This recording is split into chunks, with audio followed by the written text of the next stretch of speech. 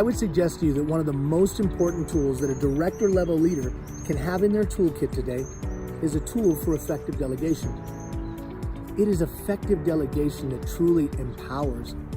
Without a system for effective delegation, the pursuit of empowerment just becomes an experience of frustration.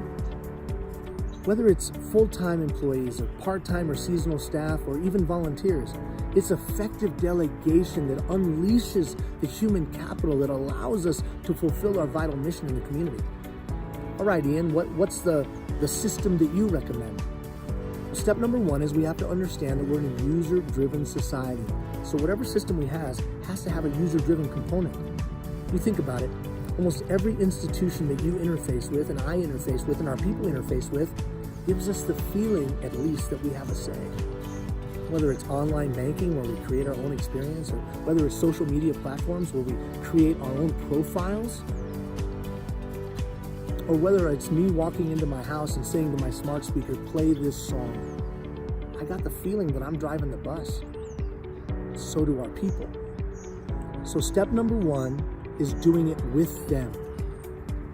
An effective delegation process does it with the people that you lead. So I would meet with each one of my direct reports individually. We lay out everything that they're responsible for. And then we would categorize them into 4 categories that could be levels of authority. And we would base it all on proficiency. So first we would look for those areas that we mutually agree that they lack proficiency. Maybe they lack experience, knowledge, or skill. And we would drop them into the first category, which would be ask and recommend. Before you go do it, come talk to me with a recommendation. I'll coach you, I'll guide you, and then we'll send you off to go do so you have success. Then we'll look for those areas where they have some proficiency.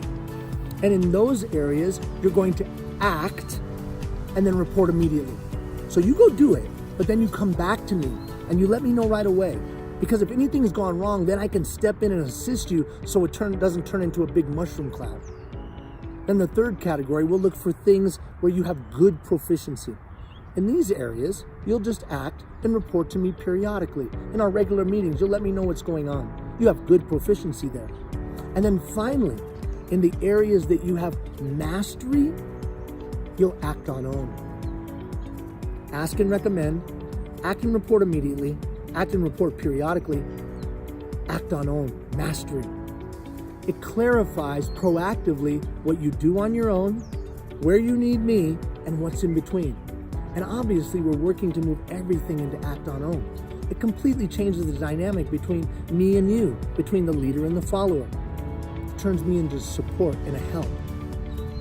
The key today is unlocking the human capital and unleashing it. Effective delegation does so. If you want to learn more about this approach to delegation, go to leadershipintensive.life. Look in the upper right-hand corner, click the daily briefing. There'll be a link that unpacks this to a greater degree.